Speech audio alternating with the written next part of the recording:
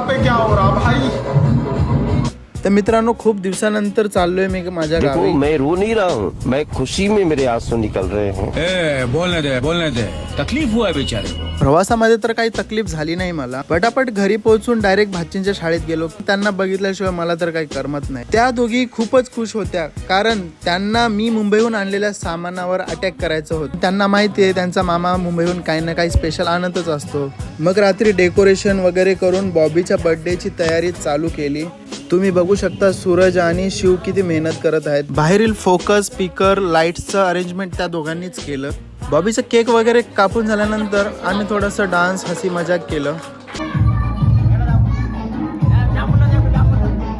क्या बोलूं मैं इस पे, मैं कुछ बोल ही नहीं सकता।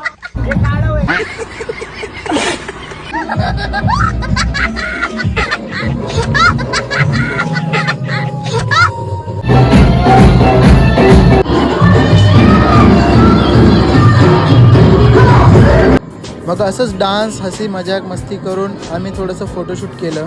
Thanks for watching. तर भेटूया नेक्स्ट व्लॉगमध्ये। Bye bye.